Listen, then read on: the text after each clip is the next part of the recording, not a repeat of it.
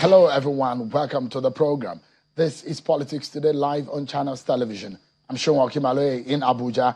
Tonight, we have on our hands some very critical issues to discuss. The state of the economy. A senior advocate of Nigeria, rights activist Femi Falana, has been asking critical questions on the government.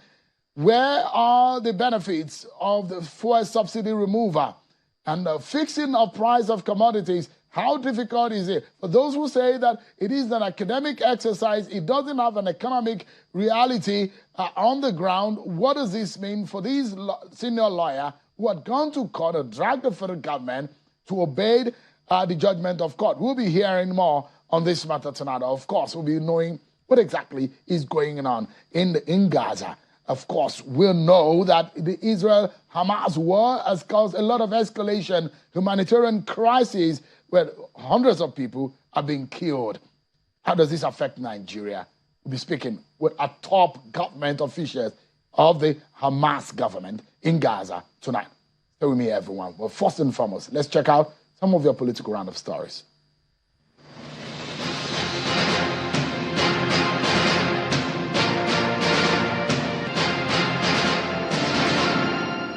President Bola Tinubu has received the Nigeria's senior football team, the Super Eagles, at the State House in Abuja, where he awarded the members of the team with national honors for their impressive display at the just concluded African 2023 tournament held in Ivory Coast.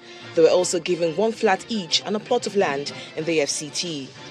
The Senate President, Godswill Akpabio, has sworn in 3 newly elected senators who emerged winners in the just concluded by-elections.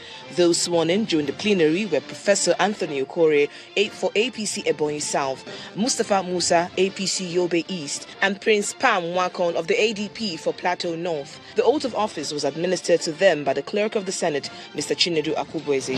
Former Secretary to the Government of the Federation, Boss Mustapha, today appeared before the FCT High Court, where he testified in the ongoing trial of ex-governor of the Central Bank of Nigeria, Godwin Emefiele.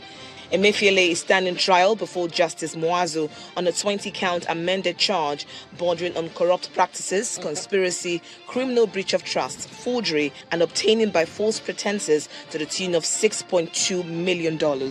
He was accused of impersonating the SGF to illegally obtain the said sum. Appearing as prosecution witness 2, Mustapha said he knew nothing about the transaction up until the time he left office at the end of May 2023, adding that having served for 5 years and 7 months, the document in contention did not emanate from the office of the then President Muhammadu Buhari. The federal government has assured the Nigeria Labour Congress and the Trade Union Congress of resuming the payment of wage awards to workers this week.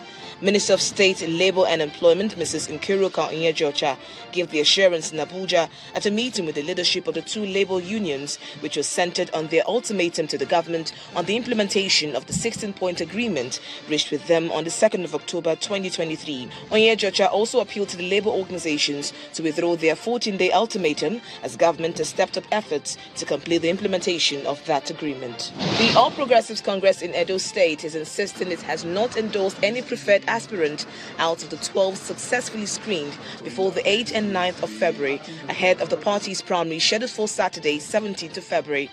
The acting state chairman of the party in the state, Comrade Jared Tinebe, who addressed journalists in Benin City, says men and resources have been deployed to the 18 local government areas of the state for the conduct of the World Delegates Congress.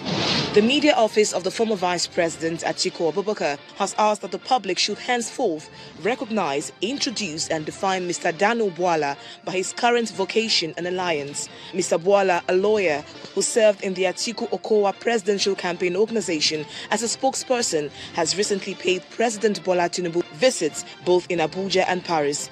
The Atiku media team wants a corrective note to be taken in defining Mr. Dano Bwala as an aide to Atiku Abubakar.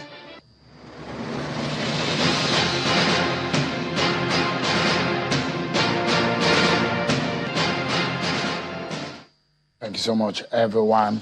Let's get to the part where we need to talk about the economy. So in a very fervent pursuit of justice and transparency, tonight we shall be sitting down with a renowned human rights lawyer, Mr. Femi Falana, who has filed a groundbreaking lawsuit challenging the government's on the prices of commodities, and he wants the government to fix the prices of essential commodities. With unwavering determination, Mr. Falana sought to unravel the intricacies of how the government is allocating the benefit and accrual funds resulting from the removal of fuel subsidies. In a nation where economic policies deeply impact the livelihoods of millions, his legal endeavor not only holds the authorities to account, but also echoes the collective demand for accountability and equitable distribution of resources. Tonight, we delve into the depths of this legal battle. We confront pivotal questions about accountability, economic justice, and these fundamental rights of citizens. So fair and transparent governance. Mr. Femi Falana, a senior advocate of Nigeria, joins us live from our Lagos studio. Thank you so much, Leonard Sik, for your time tonight. Thank you, Jim. All right. I think there should begin a conversation tonight about what you said at a recent event in Lagos, perhaps at a Beko event, which we saw you in a video that's gone viral, when you are making mentions about accruers from the benefits of fuel subsidy removal. There are those who will be imagining what exactly is Mr. Falana talking about. Can you just briefly summarize what you meant in that video? Well, my position was anchored on official figures released by the government on a monthly basis. And a couple of months ago, the Minister of Finance and the coordinating Minister of the Economy, Mr. Wale Edun, did announce publicly that since the removal of fuel subsidy, there has been no month that the money shared by the three tiers of government has been less than 1 trillion naira. Whereas in April last year, before the removal, the amount shared by FAC was 655 billion naira. In July, the amount shared was meant to be shared was 1.9 trillion naira. But the federal government and the state government, in their wisdom, felt we will keep part of this money. So we'll keep 900 billion naira, while we will share 1 trillion naira. In December, the amount shared was 1.7 trillion naira. So if at the end of the day, the government or the federation, and I'm talking of the three tiers of government, is smiling to the bank or banks with what is between 500 and 1 trillion naira additional funds, members of the public are entitled to the benefit of the removal, because that was the promise. We are removing fuel subsidy so that the money wasted, on importation of fuel will be channeled towards the development of the country, to address infrastructural challenge, to alleviate poverty, and so on and so forth. And what we are simply asking, not from the federal government alone, from the state governments, local governments, where are the benefits of fuel subsidy removal? Simple and straightforward. I'm not concocting figures. These are the figures in the public domain.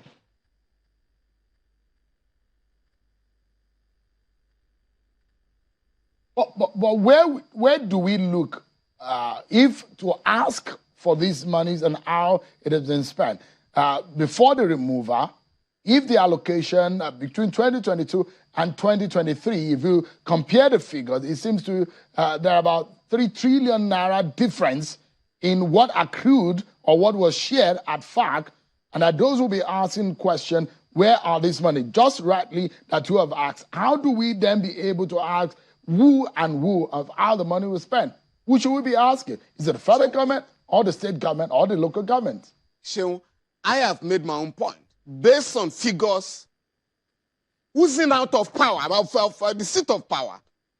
It is now left for the media and Nigerian people to find out where are the gains of fuel subsidy removal. And it's so simple and straightforward. And we are also demanding that on a monthly basis, as was the practice in the past, the Office of the Accountant General of the Federation must publish what goes to every tier of government. That was a culture in the past. At a stage, we were told the government was going to be run in a rather opaque manner. But we are saying there can be no opacity in governance because Section 22 of the Constitution, in fact, has imposed a duty on the media to promote transparency and accountability in the government. So you have a duty. And the media are compelled to demand on a monthly basis what goes to every tier of government. And then we compare what was being earned before fuel subsidy removal and what is paid to the Federation account after subsidy removal. You will recall, Seun, at a stage, for several months or even for almost a year, the NNPC did not remit any fund, any money to the Federation account. But now we are told we're no longer spending on subsidy, subsidizing fuel. Therefore, this is what we are making per month. And so, just like the federal government is saying, we are giving a 35,000 naira to workers, even though we are told now that only 2 months have been paid. So we also expect state governments, local governments, to also announce what we call palliatives. But for me, I think the ideal thing would have been if we are now making between 500 billion naira and 1 trillion naira, can we share 50%? While the remaining 50% will be warehoused by an agency of the government, manned by credible people in the society to address challenges in the area of education, in the area of health, road, network, and so on and so forth, so that we can see the advantage, unquote, of subsidy removal. Many of us, some of us, were stridently opposed to the removal because there's no society, there's no country in the world where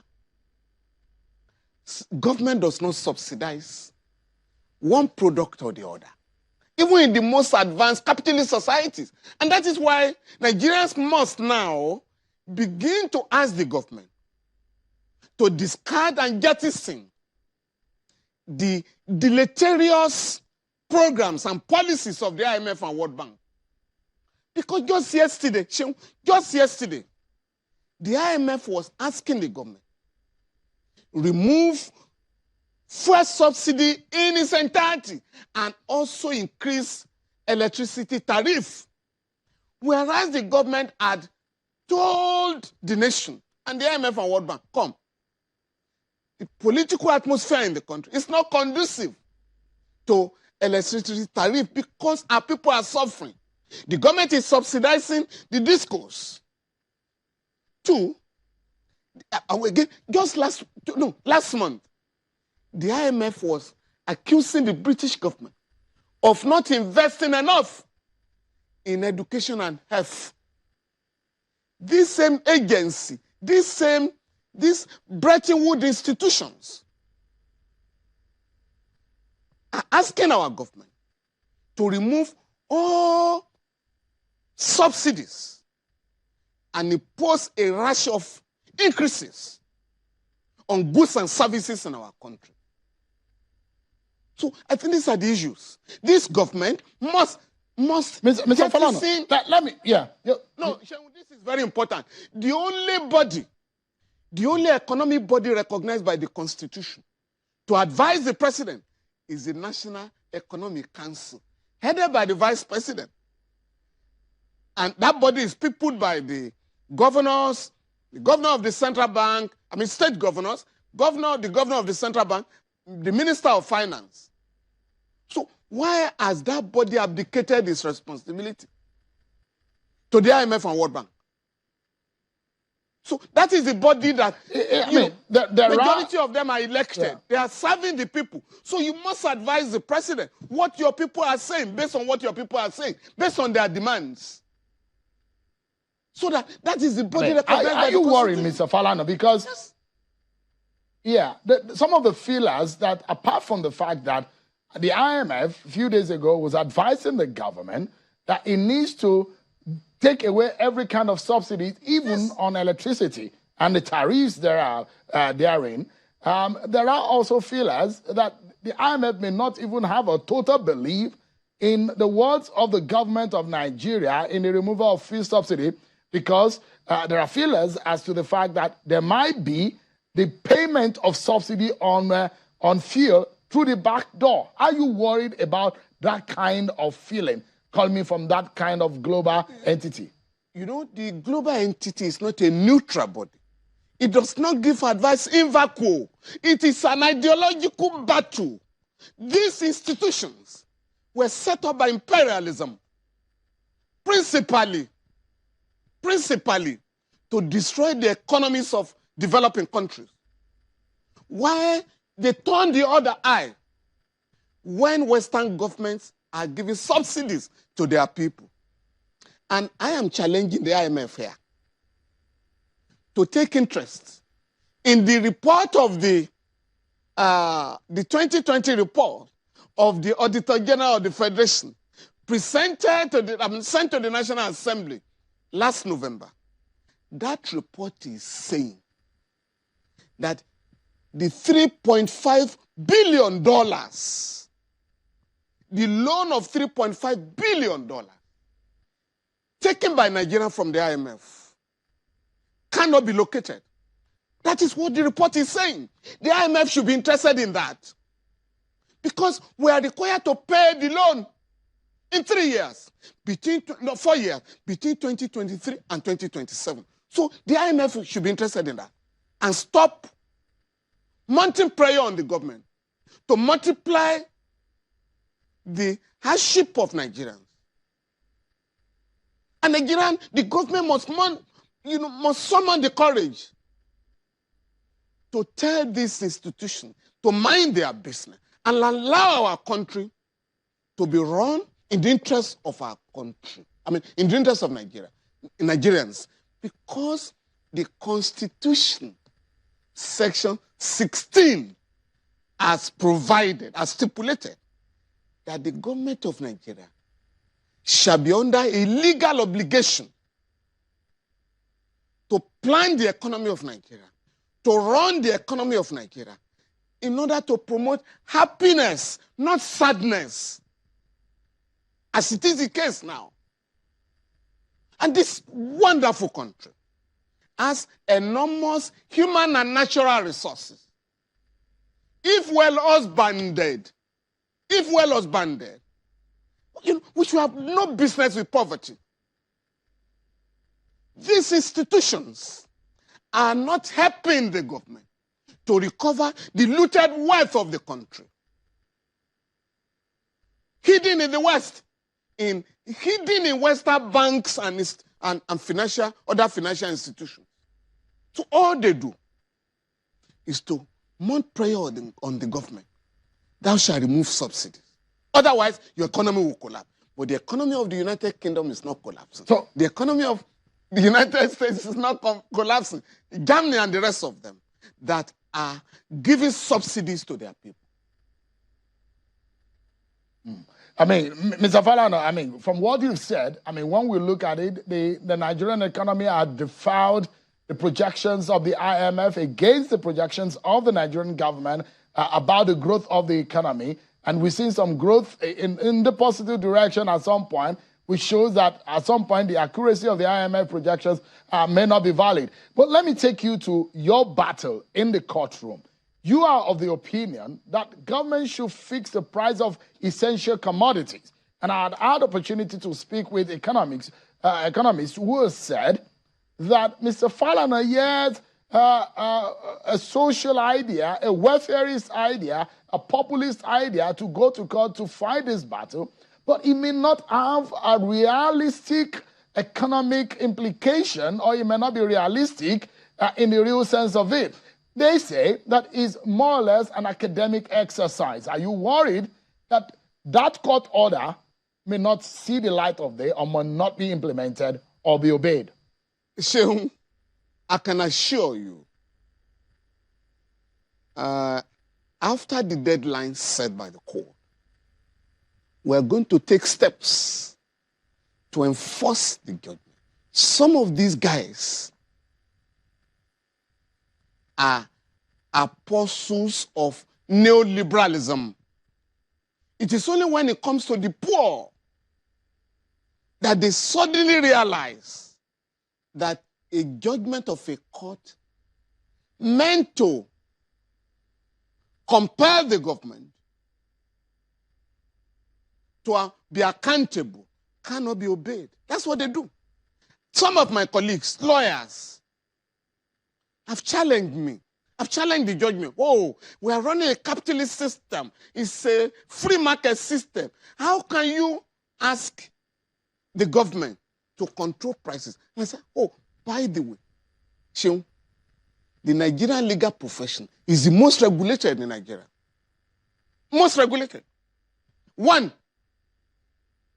I must pay, if I fail to pay my practicing fees by 31st of every year, I can be disallowed from practicing law in any court in Nigeria. Number two, when I want to file papers, I must buy the stamp and seal designed by the Nigerian MBA, by the Nigerian Bar Association. It must be affixed to every process, even the letters I write in my chamber. Furthermore, I must collect VAT from my client and remit to FRS. 4, the MBA, the government, came out with what they call 2023 remuneration order for all lawyers in Nigeria. That order has stipulated what I should charge my clients in a free market economy. Except a few of us who engage in pro bono work. Even then, it must be recorded by them. So these are the same guys who are coming out to say, how can you enforce this? But when the same system gives duty waivers to the rich, that can be enforced. When the same system gives tax relief to the rich, that can be enforced. But when it comes to the poor, and what we are saying here, Sheung, is that majority of these goods are imported from abroad. Some members of the business community, you call them captains of industry, are giving duty waivers in 5 years under the last 5 years under the Buhari administration. The duty waivers given to certain companies and individuals, total 16 trillion naira. Sheung, the point is this. If you are giving 16 trillion naira, money that should have been paid to the federation account, by the way, for the benefit of all Nigerians. So you are now given by the government. You now want to go to town and sell your products without control by the government. That would be abdication of the duty of the government. And that is why that law has been there since 1977. I didn't enact the law. This, apart from the Price Control Act, you also have the Federal Consumer Protection Commission. These two bodies are set up to regulate prices, protect consumers from unwarranted exploitation. So unless those laws are repealed, we have a duty to go to court. And that was exactly what I did. And the court has given its judgment. Mr. Falana, so yes, Yeah. So let me jump in quickly. You were recorded to have there's an inference being drawn to your comment as to asking citizens to rise up in some kind of social revolution on the policies of the government of the day in terms of what has become a worrying situation in the price of commodities. Is that exactly what you are asking the Nigerian citizens to do as a response to what is going on in the land? A social revolution. Is that what you are saying? Now, I think Niger State, there was a protest. Of course, there have been protests in many parts of the country without my knowledge. And the governor ordered the arrest of the protesters. The APC Secretariat has issued a statement to the effect that the protests against the rising cost of living in our country are sponsored by some opposition or named opposition political parties. And all I've said is that it is the duty of Nigerians, it is the right of Nigerians to express themselves either through protest or writing articles or whatever. We fought against obtaining police permit to protest in Nigeria. What the law now says, Section 84, subsection 3 of the Police Establishment Act of 2020 is that during protest, the police shall provide security for the participants in such protests. And I'm saying Nigerians should be allowed to protest against injustice, against inimical economic programs and policies. And it's a legitimate demand. It is therefore a challenge to the government to move speedily to address the complaints of the people and not read political motivation into them. So I think we should anchor on this note. Where there is this divide and where the nation is at this crossroad, the citizens are on one hand feeling the pinch of the economic hardship, and the government on one hand says that it's committed into doing what is right by Nigerians. In your own view, is this government under the Bola Tinubu administration misstepping, or are they doing the right thing? Or what exactly do you think is the right way to go? We just have about 40 seconds to wrap up on this. The right thing to do is to reject the prescriptions of the IMF and the World Bank. Remove fuel subsidy, float your currency, and so on and so forth, which have never assisted any country to develop. Secondly, the government is dancing around the problems. These circulars by the central bank will not address the crisis in the forex market. Two issues that are not being addressed is that there is a group of countries, there are countries in the world today, insisting that we are not going to be tied to the American dollars. We want to trade among ourselves in our currencies. And those countries are in BRICS. Brazil, India, Russia, China, and South Africa. Others are joining them. Saudi Arabia has joined them, UAE, Ethiopia, Egypt, and others. And Nigeria is not there. We cannot be more Catholic than the Pope. If friends of the West are joining BRICS, why are we not there? So that we can trade.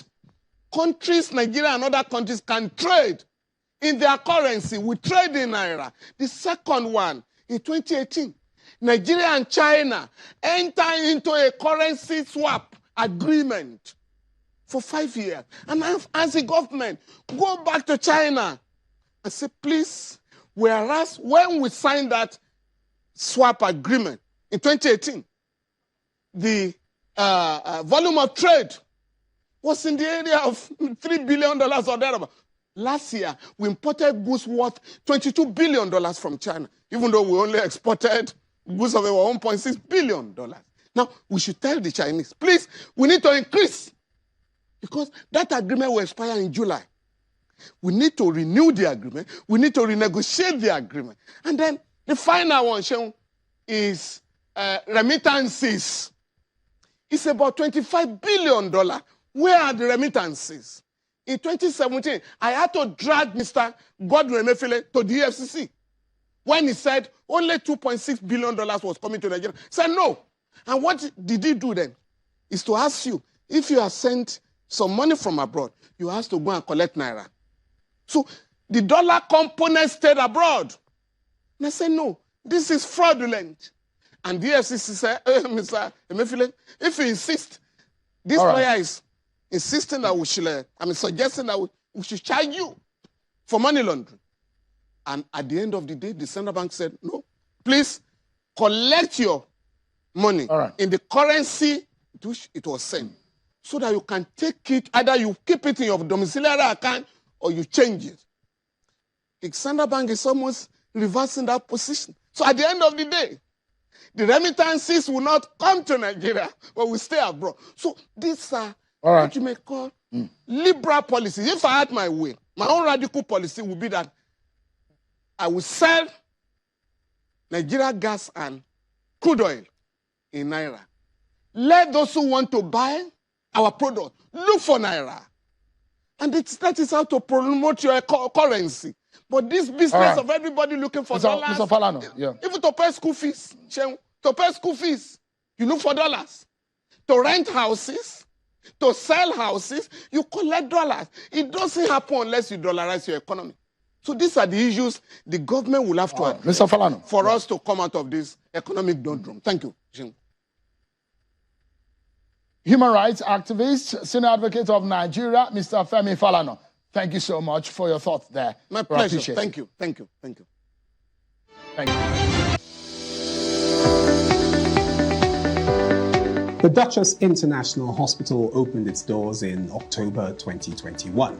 The mission of the hospital is to reverse medical tourism. We take particular care here at the Duchess to bring together a combination of the brightest and the best locally, as well as Nigerians in the diaspora who are interested in returning to do very good work for the benefit of our patients here in this country. The good thing is that we have all international expertise here, all international facilities here, international people working here. Everything is coming together in a space which was considered not great in terms of the availability of healthcare.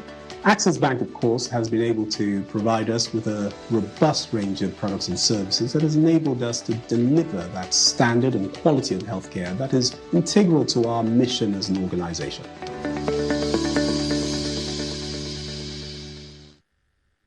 For many years, we have secured and beautified your buildings with all security doors. And now, introducing Watson Time German, Israeli, and Turkish doors. Visit any of our factories, reach our distributors nationwide. Think doors. Think Watson Time doors. Issues play a major role on our economy and security many times over.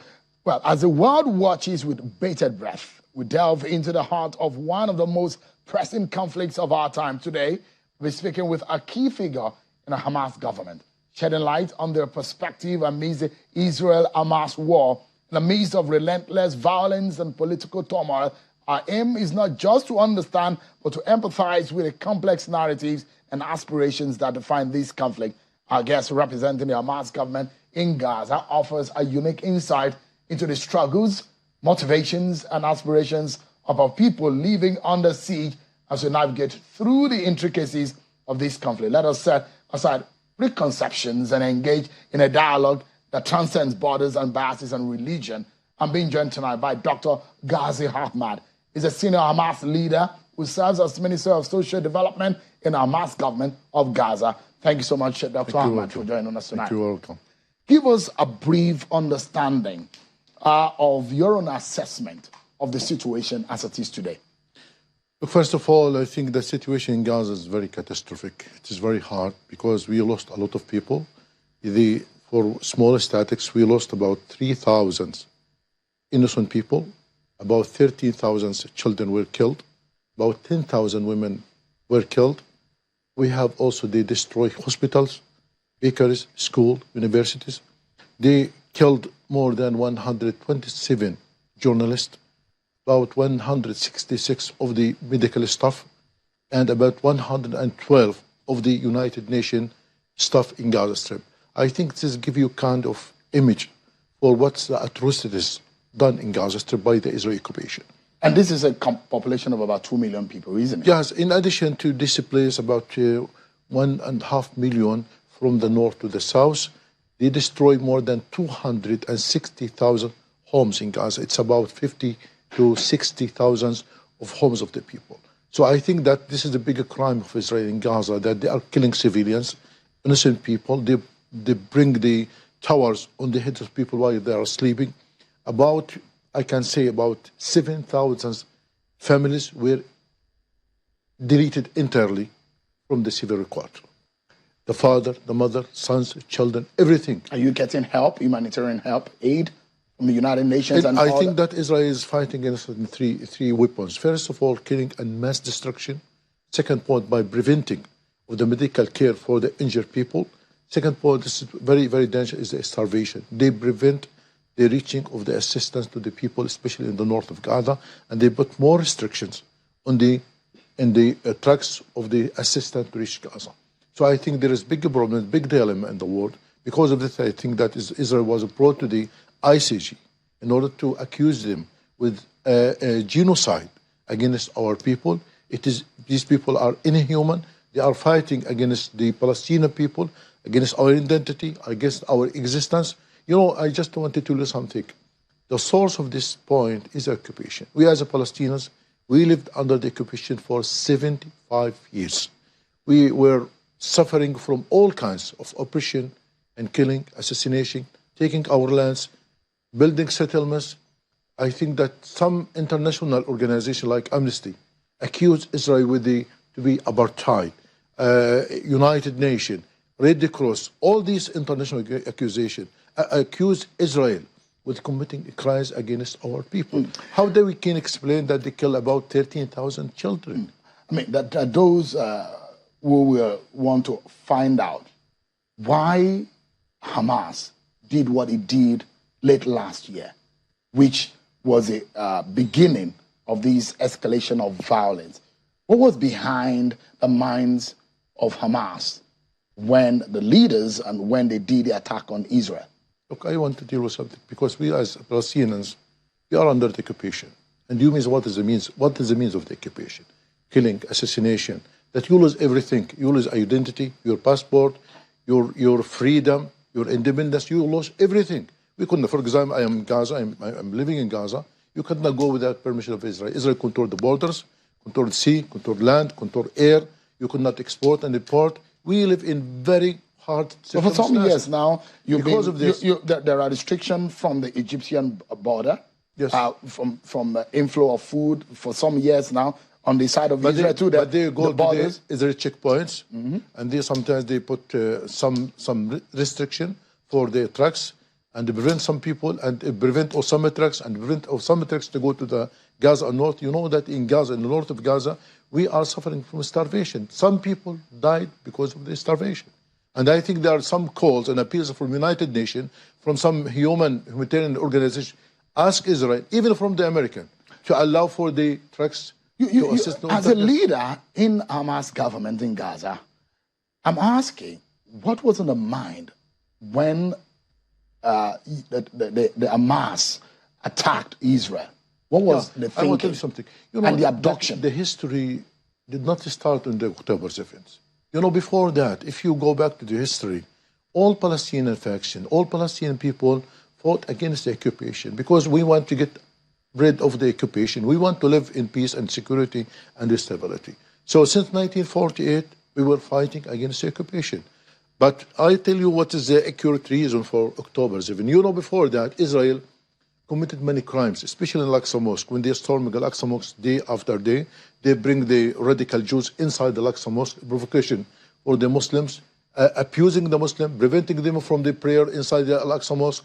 And in the West Bank, every day they're incursion, killing people, building settlements, assassination, creating more checkpoints everywhere. They turn the West Bank to the isolated countries. The situation was terrible before the October 7th.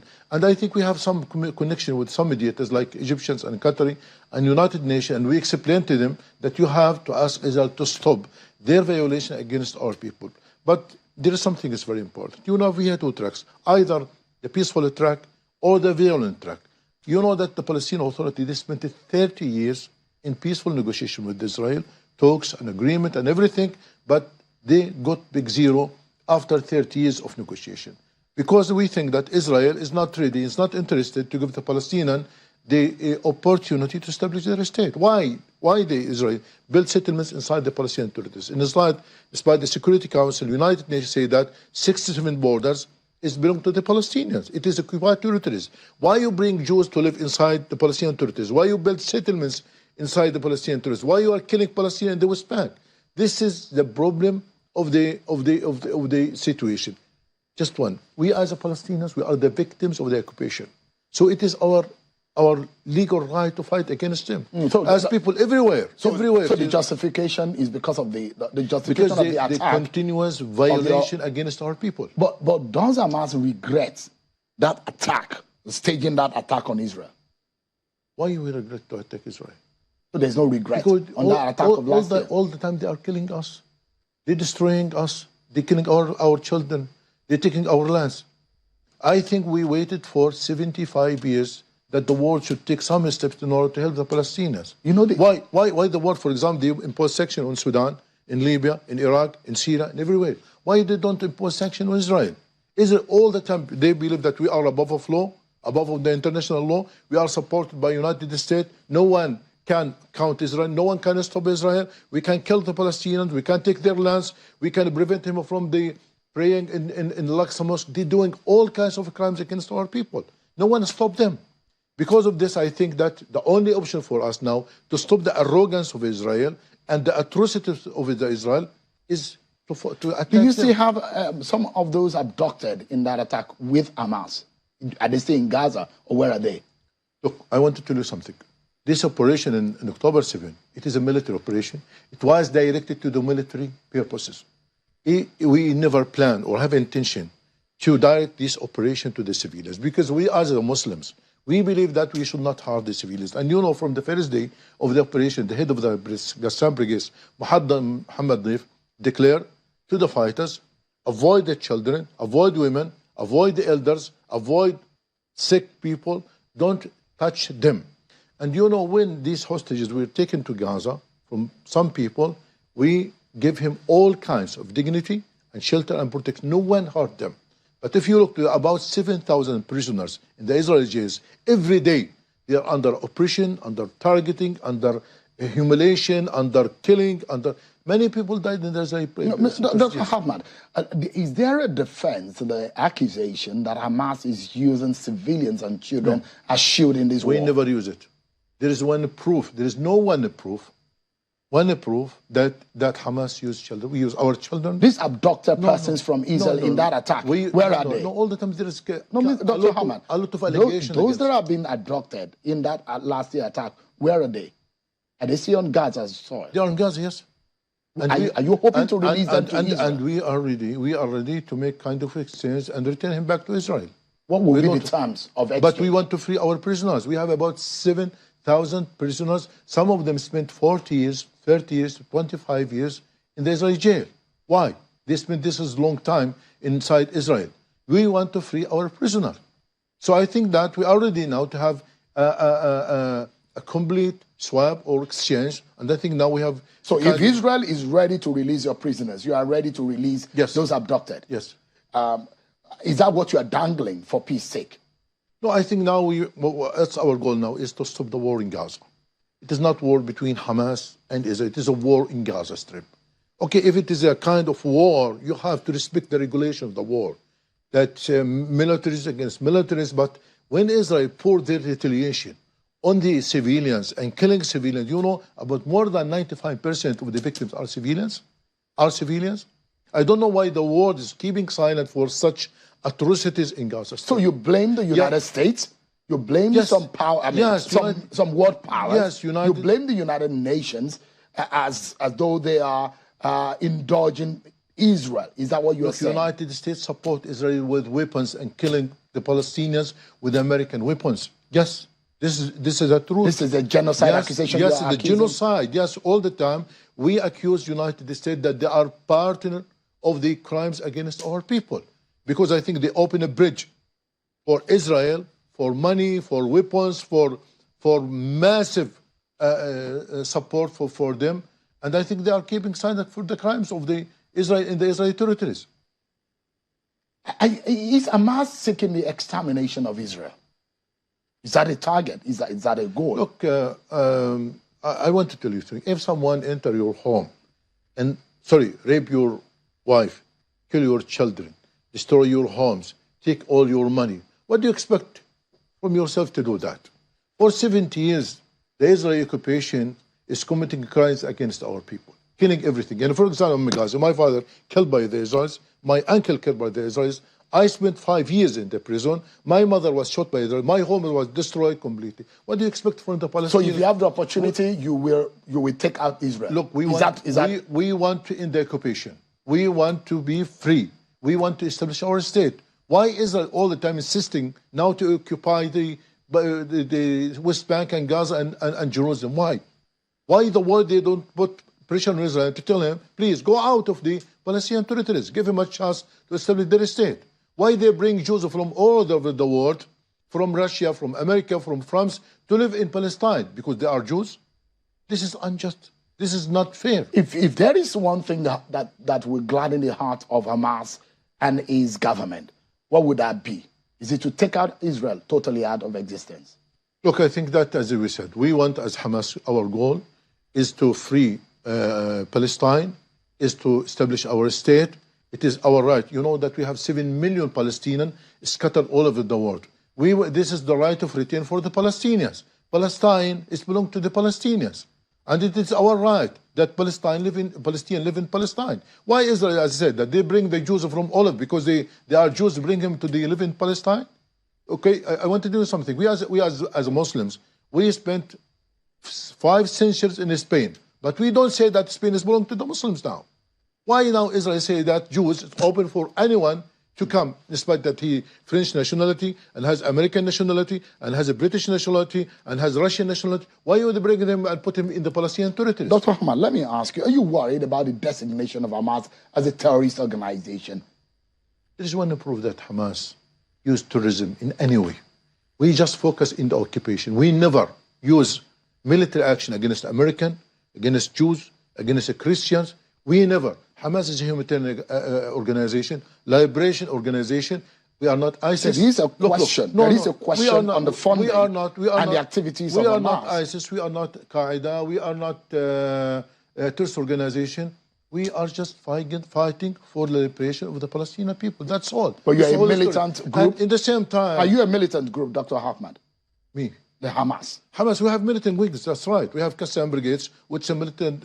But if the world powers designate Hamas as a terrorist organization, how do you defend it? Look, who wants to be accused as a terrorist is Israel. Israel is the face of terrorism. Israel is the source of evils.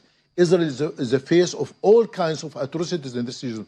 Hamas, we never killed children or women or innocent people. It is not our ethics or our morals. I think Hamas proved all the time, for even the Western community, that Hamas is a civilized, is a moral organization taking care of the Palestinian people, looking for the liberation of Palestine. And I think we are committed to the ethics and morals, and we never, as I said again and again, never use any terrorist action against anyone. What are you seeking from the Nigerian government on this your trip? Well, I hope that Nigeria, as a big country, have influence in Africa to support the Palestinian people, because I think our cause is just, is fair, and I think that we expect from the Nigerian government, Nigerian people, to give more support in the political aspect, in the humanitarian aspect for our people, because if you look to the South Africa take a brave step when they go to the ICG and they have their defense for the Palestinian people. I expect that most of the African countries suffered from the Western colonial occupation. I think they feel with the suffering of the Palestinian people. So I expect that they give more support to the Palestinian people. Dr. Ahmad, as you return home, what new message do you have for the United States, Europe, the UK, and the world? They should first of all remove the glass of Israel from their eyes. We want him now to be neutral, to be human, to respect the international law, to look to the suffering of the Palestinian people for 75 years. And they should not support Israel or keep silent for the crimes in the Palestinian territories. I think now United States will lose, and even UK, France, or United Kingdom, they will lose if they continue to support Israel. They will lose their credibility, their belief in the human rights, in the international law. So my message to them is to stop to support Israel in their aggression against our people. Dr. Ahmad Ghazi Ahmad, the Minister of Social Development in the Hamas government of Gaza, very top official in the Hamas leadership. Thank you so much indeed. And I wish the people of Palestine are well, and I hope that at some point the bullets and the shellings will stop for the sake of innocent people who are dying every day. Thank you so much, Dr. Ahmad, for joining us tonight. Thank you. Thank you. Good luck. Bye. But that's our show for tonight, everyone. Many thanks for watching. I'm Sean Kimale. I'll see you tomorrow, God willing. Bye-bye.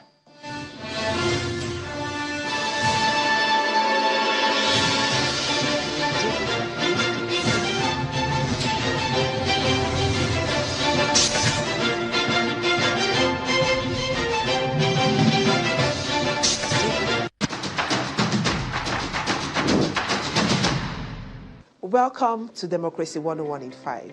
My name is Yetunde Bakari. On this show, we focus on key elements of democracy, the power of the citizens, and how to make democracy deliver for you. Democracy 101 in 5 is an initiative of Yaga Africa with the support of the FCDU. On the show, we will answer the question, what are the leadership positions in the legislature? We went on the streets and posed this question to some Nigerians. Here's how they responded. The National Assembly comprises of the Speaker. We have Senate President, Deputy Senate President, and Speaker, and so many of them. We have Senate President, Deputy Senate President, Speaker, etc. The Clerk of the House. Then we have the other committee heads. Okay, we have Senate President and Deputy President. For order and decorum, when conducting legislative responsibilities, it is necessary to have members charged with enforcing and maintaining decorum in the legislature. Members of the legislature themselves select their leaders. Now let's look at who the leaders of the assembly are. The leaders are categorized into presiding and principal officers. As the name implies, presiding officers preside at the sitting of the assembly. They are the Senate President, the Deputy Senate President, the Speaker of the House of Representatives, and the Deputy Speaker. While in the State House of Assembly, the presiding officers are the Speaker and the Deputy Speaker. The principal officers are categorized into majority and minority leadership. The majority leaders are the majority leader, of course, Whip of the House, Deputy House Leader, Deputy Whip of the House, while the minority leadership consists of Minority Leader, Minority Whip, Deputy Minority Leader, and the Minority Whip.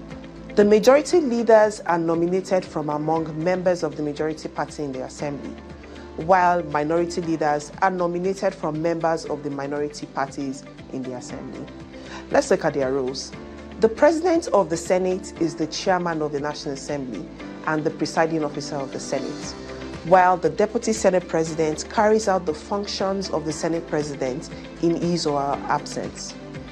There are other functions typically carried out by the Deputy Senate President.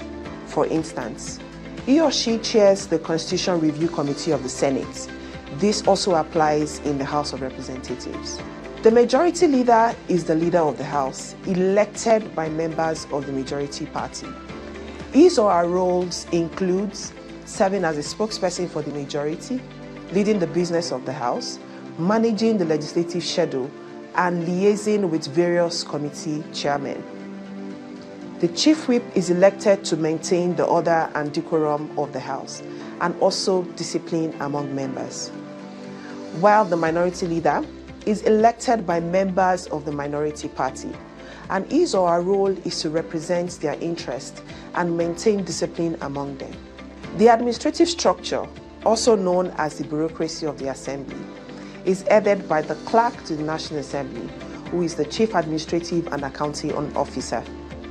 He is assisted by the Deputy Clerk of the National Assembly, while the administrative head of the Senate and the House of Representatives are headed by the Clerk of the Senate and Clerk of the House of Representatives, respectively. They manage the affairs of the chambers. The two clerks are responsible to the Clerk to the National Assembly and the presiding officers. That's Democracy 101 in 5 today. We want to hear from you. You can reach us at Yaga on all social media platforms. If you'd like to watch this episode and other episodes of the show, visit our YouTube channel at Yaga1. Thank you for watching. I am Yetunde Bakari. See you next time as we take a closer look at another crucial aspect of Nigeria's democracy. Remember, you have the power to make democracy deliver for you. Use it. Bye for now.